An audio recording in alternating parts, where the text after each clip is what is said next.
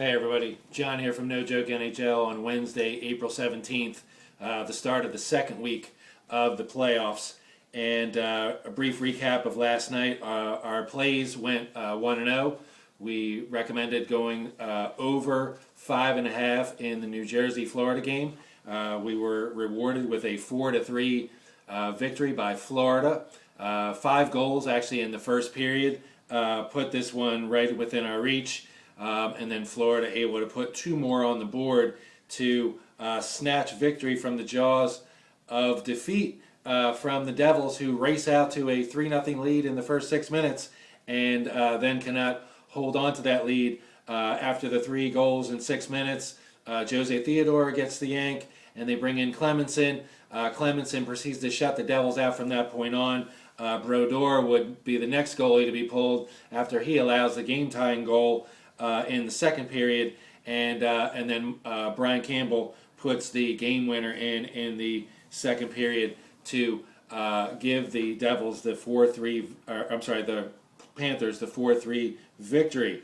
Dramatic shift in momentum and price in this series going into last night's game. New Jersey a -200 favorite to win the series at with 1-1. The game's tied.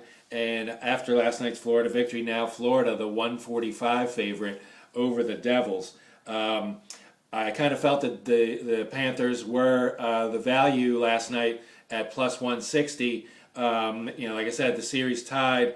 And the Devils looking kind of listless in a lot of the periods. And last night really was kind of the same thing all over again, as they look like world beaters in the first period, or the beginning of the first period, and then just proceed to slough through the rest of the game without generating many chances. 25 shots on goal for them total, but the big difference was Panthers 3 for 3 on the power play. The second game last night, the Nashville Predators take a 3-1 lead over the Detroit Red Wings.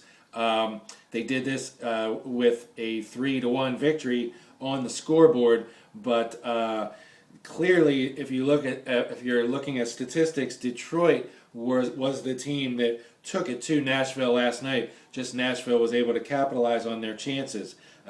Shots on goal, 41-17 in favor of the Red Wings, 17-3 in the second period alone, 28-20 the hits in favor of Detroit. 58% of the faceoffs won by Detroit. Detroit given 7 power play opportunities. They were only able to capitalize on 1 of those, whereas the Predators capitalized on 1 of the 3 granted by them. Definitely in a catbird seat, excuse me, with my series plays here, as I had Nashville -115 for the series, and I also hold a 6-1 ticket for them to wrap it up in Game 5 in Nashville coming up on Friday night, and I also have a plus 550 ticket in case they falter there to wrap it up in Detroit for Game 6. But I'm looking for them to finish it off in Game 5, and look for the Predators to go deep. Once they win this series, I'm not putting them into the next round just yet, but look for them to go deep. This is a mature team that has basically grown up with playoff experience. The last 3 seasons making the playoffs, making a statement each time, albeit they get their first series win last year as opposed to the year before. But with beating the storied Red Wings here, with all their cup history and playoff experience, has to be a confidence builder for this Predator team. So, like I said, I'm definitely going to be looking at the Predators to wrap it up in Game 5. Probably will not be hedging. I will just be riding my play there. The final game last night, Phoenix Coyotes take the Blackhawks 3-2 in overtime. Yet, for the 3rd straight game, this series goes to an overtime game. Blackhawks looked like they were mostly in control for most of the night, and held a 1-0 lead from the second period on. Phoenix ties it at 1. Hawks immediately take a 1-goal lead right back, and then Phoenix gets the tying goal to force overtime, and then actually in overtime, Blackhawks out shooting them 6-2, but that second shot was a what was a puck at a strange angle on the net that squirts in, and lo and behold, you get another overtime winner. This is another series, dramatic shift in momentum and price. The Blackhawks minus 150 going into last night's Game 3. Now after the loss, Phoenix a 190 favorite.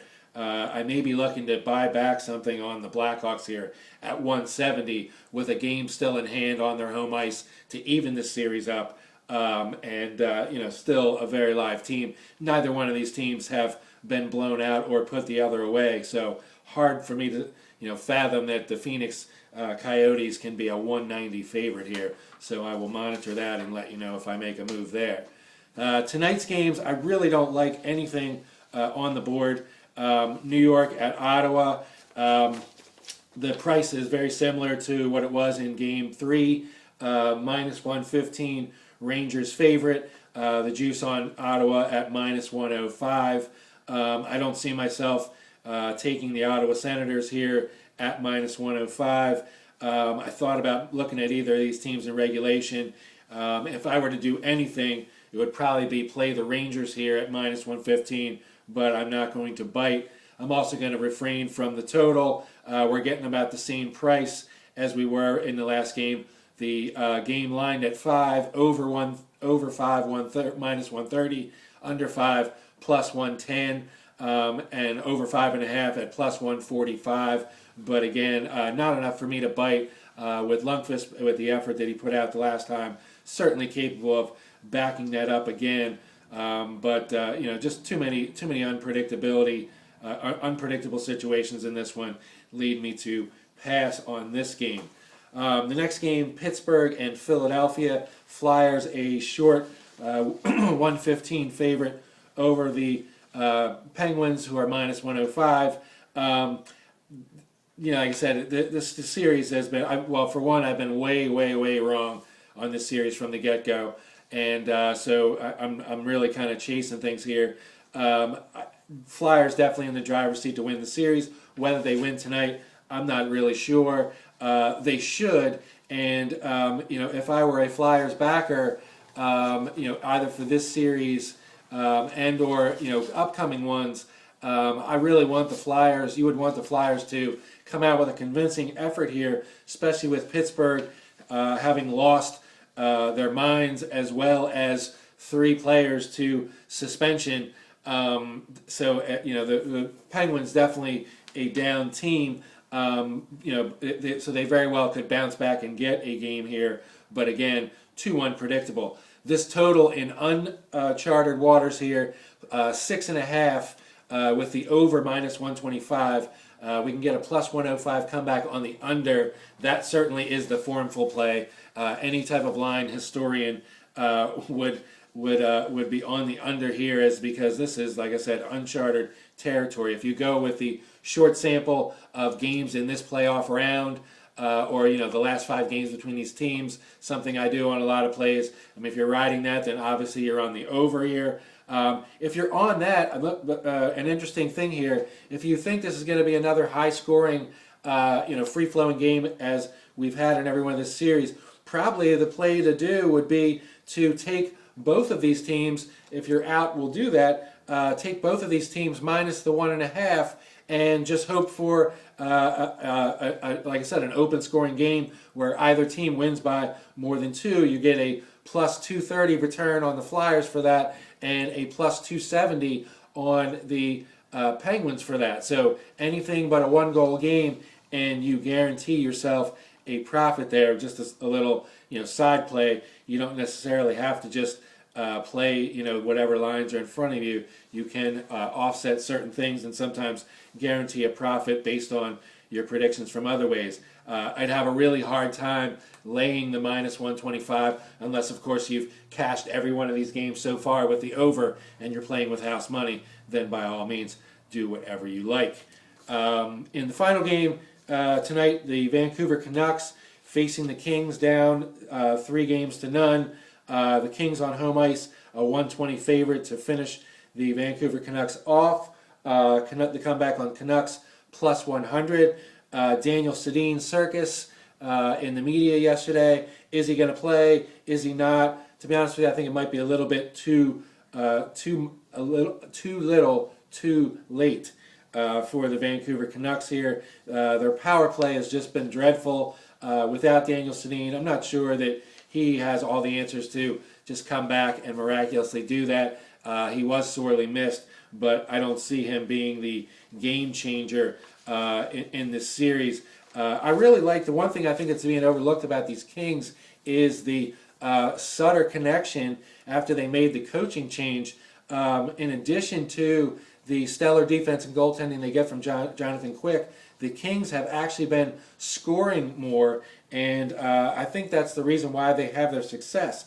The Kings are actually pretty good, believe it or not, for a team with great goaltending and known for its defense, and unders actually plays to the -1.5 pretty well. So if anything in this game, I would probably take the Kings to finish this off in convincing fashion. And matter of fact, let me go on the record while I'm sitting here. I think I am going to take the Kings at -1.5 plus 250 on home ice to finish this off. Like I said, the over-under here, over 5 is the total, over plus 120, under 5 -140. Totally insane to lay -140 on the under 5, even if Jonathan Quick promised you in a tweet that he was going to keep this under. I still would not be buying at -140. You have to have a ridiculous winning percentage to to have long-term success at laying under 140, and to lay it under 5, for God's sakes, where only about 6 scenarios will give you that score, either 1-0, 1-0, 2-0, 3-0, 2-1, 3-1, and that's it. So that's all your combinations there for the victory, with either side. So not a whole lot of variety there. If a couple fluky goals go in, and instantly you are immediately depressed at -140 under 5. So shame on you there if you're playing the under, and if you are, then you're just a gambler. You are not a long-term investor. So that wraps up tonight's games. Like I said, so I'm going to be on the -1.5 under or plus 250 with the Kings. If you maybe the under 6.5 in the Flyers game would be the only other play of significant value that I could see in spite of recent results there. I just can't see them playing that free-form type of game where they're just throwing pucks. Every puck's going in the net. I actually look for defense to take the day here for once in this series. And like I said, if you're a Flyers backer moving forward, you almost want to see the Flyers take it to the Penguins and dominate this game. 3-0, 4-1 type game for them would definitely set confidence for backers going forward. But as of right now, with Brizgalov with an .870 save percentage and a almost 4 goals against average, definitely not one of the cup favorites that future prices may suggest. So that's my report for today. Definitely having fun with this. We got some profit back last night. Hopefully we will with the Kings tonight at plus 250. It'll put us pretty close to even if we get this puck line covered tonight. Definitely looking good with the series plays moving forward with the Blues and the Canucks. Capitals as well going tomorrow night. Hopefully they can get a victory in Game 4. Keep our series plays alive there. But good luck with your plays today. Whatever they are, feel free to ask me any questions. No Joke NHL on Twitter. No Joke NHL on YouTube. Tell your friends, pass videos around. Let me know what you think, good, bad, or indifferent. And most importantly, let's take some money from the bookmakers. Peace. See you tomorrow.